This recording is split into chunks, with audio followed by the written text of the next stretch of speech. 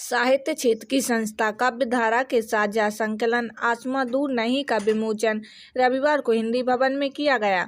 कार्यक्रम कवि अशोक निर्मल के मुख्य आतिथ्य में हुआ।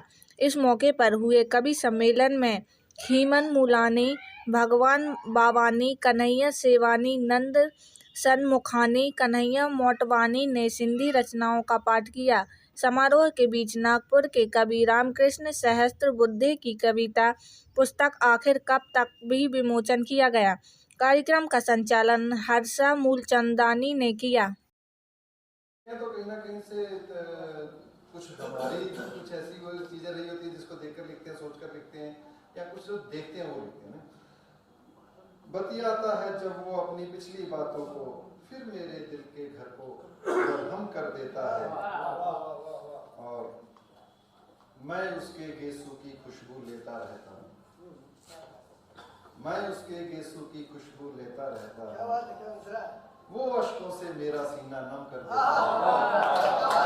है। प्रदीप देवीशरण भट्ट, हैदराबाद से। सर, आज काव्यधारा प्रकाशन का इतना विशाल कार्यक्रम और बहुत सारे लोगों को सम्मानित किया, क्या मकसद है इस कार्यक्रम को लेकर? देखिए, मकसद अगर आप बात करें तो मैं एक बात कहूँगा कि आज की तारीख में जितने भी इस तरह के प्रकाशन हैं या जो संस्थाएं हैं जो साहित्य के लिए काम कर रही हैं, उन सबका मोटो एक होना चाहिए कि हमें नई जनरेशन को एक प्लेटफॉर्म देना है।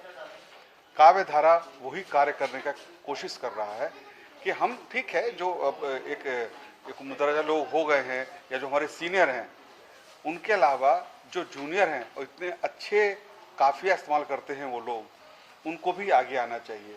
यही हम लोग एक मशाल लेके चल रहे हैं कि ताकि लोगों को लगे कि भाई सिर्फ अपने नहीं, जो नवांकुर हैं या जो सीख चुके हैं थोड़ा और सीखना चाहते हैं और जिनकी इच्छा है कि अपने सीनियर के साथ रहकर कुछ सीख ले, उनके लिए एक काव्यधारा मंच दिया है। और हैदराबाद से है काव्य मंच, और मैं ऐसे कई मंचों से जुड़ा हूँ।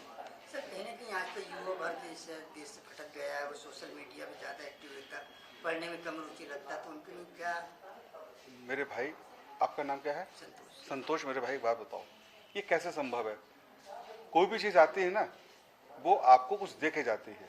सोशल मीडिया से कोरोना में इसकी कीमत पता चली लोगों को, और हर चीज़ का प्लस और माइनस होगा। इस पिछले लगभग 1.5-2 साल में अगर आप देखेंगे तो कितने कवि जो छुपे हुए थे वो बाहर निकल के आए, और ऐसी बहुत सारी जगह हैं जहां लोगों ने अपने अपने गैंग टाइप बना लिए हैं, वो नए लोगों को आने नहीं देते हैं, चढ़ने नहीं देते हैं स्टेज। ये प्लेटफॉर्म जो सोशल मीडिया है, उसके कारण वो लोग आगे आए। वो लोगों को लगता है कि यार हम भी कुछ हैं, और वहां से मैं तो देखता रहता हूँ फेसबुक पे बहुत सारे हैं।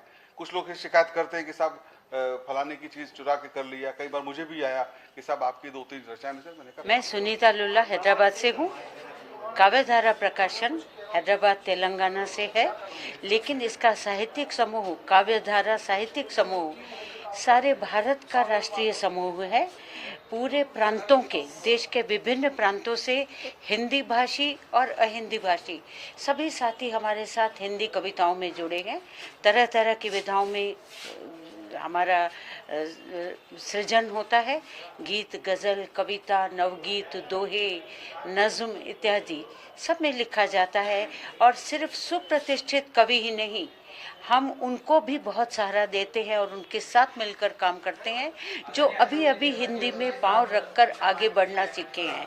क्योंकि हम चाहते हैं कि जब बड़ी पौध आगे निकल जाए तो हमारे जो नवांकुर हैं तब तक वो इतने परिपक्व हो जाएं कि हिंदी कभी पीछे ना जाए। वरना आज का जो शिक्षण संप्रदाय है, वहाँ तो अधिकतर अंग्रेजी और विदेशी भाषाएं होती हैं, हिंदी को हम क्यों भूलें। तो हिंदी के प्रचार प्रसार के लिए हम देश के विभिन्न भागों में जाकर के कार्यक्रम करते हैं। पहला कार्यक्रम 2019 में हमने इंदौर में किया, वहाँ साझा संकलन का विमोचन। दूसरा प्रकाशन 2020 में एक साथ 10 पुस्तकों का विमोचन हमने किया। हैदराबाद के इतिहास में ये पहली घटना थी। तो उसके बाद ये कोरोना की वजह से थोड़ा सा कम हो गया, एक गैप आ गया। आज हम साझा संकलन लाए हैं, लेकिन बहुत शीघ्र ही आने वाले 4-5 महीनों के अंदर अप्रैल 2022 तक हमारी एक साथ फिर 10 पुस्तकों का विमोचन होगा। तो इस प्रकार हिंदी को आगे बढ़ाना, लोगों को कविता सिखाना, क्योंकि हर कोई बन के कभी नहीं बन जाता, कोई न कोई उनको उंगली देकर आगे चलाने वाला चाहिए। तो हमारे नवांकुरों को, यंग साथियों को हम सहारा देते हैं, सिखाते हैं, उनसे सीखते भी हैं। तो इस तरह से हमारी हिंदी हमेशा आगे चले, ये हमारा निर्णय है।